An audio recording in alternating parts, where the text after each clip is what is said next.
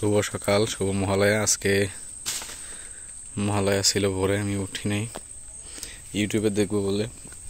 কালকে আসার সময় এই যে 10টা বড়শি নিয়ে আসছি আমি ভীমরুলি বাজার থেকে, 2 টাকা পিস, মাছ ধরার উদ্দেশ্যে। ছোটোবেলায় মাছ ধরতাম, স্কুলে যাওয়ার আগে বড়শি ফেলে রাখতাম, আসার পরে তুলতাম।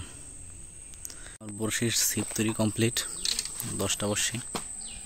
এই যে বাঁশি টনিতে যাচ্ছি, এই বড়শি। এবার দেখি চার কি পাওয়া যায়। আদারি ডাব এখন আমি জলের মধ্যে ভিজিয়ে রাখবো, তাইলে স্বাদ বাড়বে।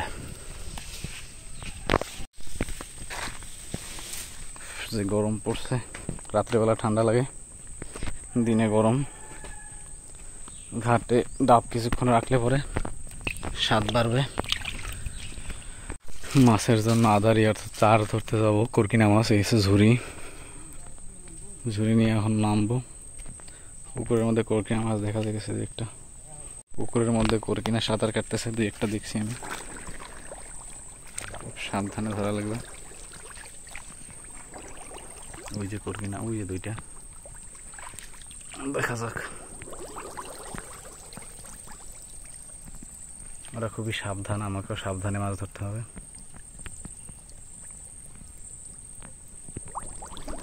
খুবই আনন্দের সাথে 2টা মাছ ধরে নিলাম। আমার বড়শির জন্য 2টা আদার। এখন বড়শির অবস্থা দেখে মনে হইতেছে বড়শি মাছে ধরছে। কি অবস্থা কি জানি। বড়শি ওই যে,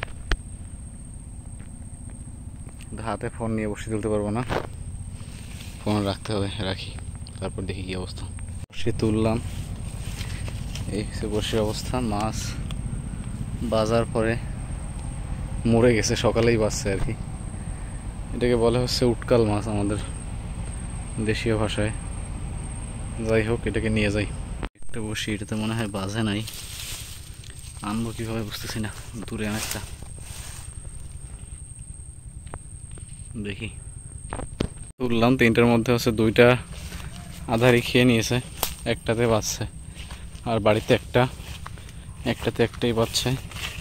এখানে আরো 2টা আছে, একটা তো খুঁজেই পাচ্ছি না। দেখি কি অবস্থা। জঙ্গলে ভরে একাকার হয়ে গেছে। এখানটা সম্ভবত বাজে না, এই যে বাজলে এরকম থাকতো না, বা বাজলে হয়তো নিয়ে গেছে। দেখি পাওয়া যায় কিনা, ক্যামেরাটা অফ করতে হবে।